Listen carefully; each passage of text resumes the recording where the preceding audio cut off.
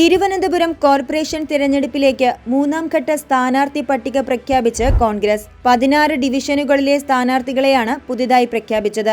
ജഗതിയിൽ KV രാംകുമാറാണ് Congress സ്ഥാനാർത്ഥി. തമ്പാനൂരിൽ R ഹരികുമാറും Poonthura Sruthimol എക്സും മത്സരിക്കും. ശ്രീവരാഹത്ത് രജനി V നായർ, പെനുതാനിയിൽ O കോമളവല്ലി, ശ്രീകണ്ഠേശ്വരത്ത് PS ശാലിനി, വഞ്ചിയൂരിൽ G Girish Kumar, Vettukad Rindu Sebastian, Venganoor Lathika S, ഹാർബറിൽ Nisa BVL, Sreekaryam advocate VS Bindu, Mudavanmugal H Baby, Pappanamcode PA Rajesh, Poonkulam M Prasad, Fort V Muthukrishnan, Chakka C Jayachandran എന്നിങ്ങനെയാണ് സ്ഥാനാർത്ഥി പട്ടിക.